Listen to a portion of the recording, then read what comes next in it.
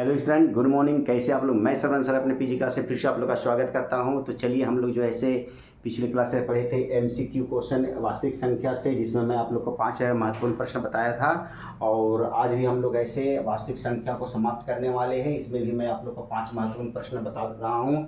ऐसे तो बहुत सारे क्वेश्चन इसमें वास्तविक संख्या में दिए गए हैं, लेकिन जो क्वेश्चन मैं आप लोग के लिए बता रहा हूँ उसी प्रकार के प्रश्न जो है सो आप लोग को और भी बुक में दिया गया है। तो आप यदि आप ये प्रश्नों को हल करते हैं तो आप जो ऐसे बुक में सारे प्रश्नों को आप ऐसो चुटकियों में जो ऐसे हल कर सकते हैं। तो चलिए अगले प्रश्न की ओर चलते हैं हम लोग। यदि एसीएफ 8 और ए बराबर 4 दिया है तो एलसीएम 8 ए बराबर 24, तो ए का मान हम लोग को इसमें निकालना है।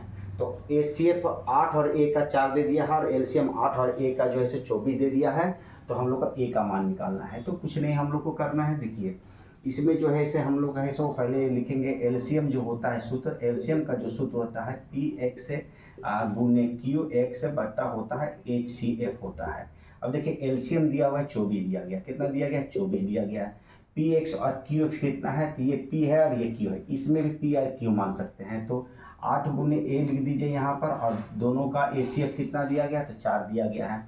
4 से हम लोग काट देते हैं। 4 दूनी की कितना हो गया? 8 हो गया यहाँ पर। तो यहाँ बच गया 12 हम लोग का। और 2 को 8 से ये 2 को ए से गुना करेंगे तो 2 हो गया। तो ये कितना बार में कट गया? सॉरी यहाँ पर 24 बचा हुआ है। ये 2 से इसको काट देंगे, कितना बार में कट गया? तो 12 बार में। तो ए का मान कितना आ गया हम लोग का? 12 निकल गया। यही हम लोग का आंसर है सो दिया गया है। तो किस ऑप्शन में दिया गया है? तो सी ऑप्शन में हम लोग का 12 दिया गया है। तो उम्मीद है कि पहले प्रश्न का जो हल है सो आप लोग को समझ में आ गया होगा। चलिए अगले प्रश्न की ओर।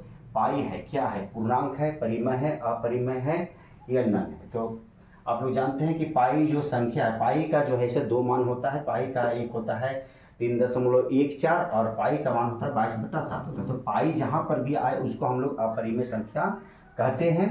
इस चीज़ को हम लोग को याद रखना है। लेकिन इसी का मान यदि 22/7 देता है तो इसको हम लोग परिमेय संख्या, क्योंकि ये पी हो गया और ये क्यू हो गया, तो इसमें हम लोग परिमेय में इसको टिक लगा देंगे। लेकिन इसका मान यदि 3.14 देता, 3.14 इस प्रकार से डॉट, ये मतलब आगे तक ये है सो पूरा कटेगा नहीं। और जो संख्या पूर्ण रूप से कटता नहीं वो अपरिमेय संख्या होती है। यदि 3.14 दिया रहता तो हम लोग अपरिमेय संख्या लिखते।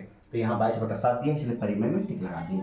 और मैं आप लोग को ये चीज़ बता देना चाहता हूँ अगला प्रश्न को हल करने से पहले कि कोई भी संख्या यदि रूट में दिया उसके बाहर में प्लस हो, माइनस हो, गुना में हो, कोई भी संख्या, सारी संख्याएं अपरिमेय होती है। तो 2√3 हमारा क्या है? अपरिमेय संख्या है। उसी प्रकार 5 - √3 क्या है? तो √3 साथ में है, तो ये भी अपरिमेय संख्या है। तो उम्मीद है कि इस तरह से जो प्रश्न आएंगे आप लोग ऐसे उसको बिल्कुल ही आसान तरीकों से हल कर पाएंगे। यदि आप लोग को मेरा ये वीडियो अच्छा लगा तो मेरे ये लाइक कर दे, शेयर कर दे। और जो बच्चे पहली बार मेरे इस वीडियो को देख रहे हैं तो सबसे पहले मेरे इस पीजी क्लास को ऐसे सब्सक्राइब करें। और आने वाले बहुत सारे वीडियो जो मैं आप लोग के लिए बना रहा हूँ, और उम्मीद है कि आप लोग को यह 90% नहीं 100% समझ में आएगा। और आप 2026 में आने वाले जो बोर्ड एग्जाम में आपका मार्क्स भी बहुत ही अच्छा मैथ में आएगा। तो यदि आप लोग को अच्छा लगे तो मेरे लाइक करें, शेयर करें और सब्सक्राइब करें और बेल बटन दबाना ना भूलें। तो चलिए फिर मिलते हैं नए वीडियो के। तब तक के लिए have a nice day, take care.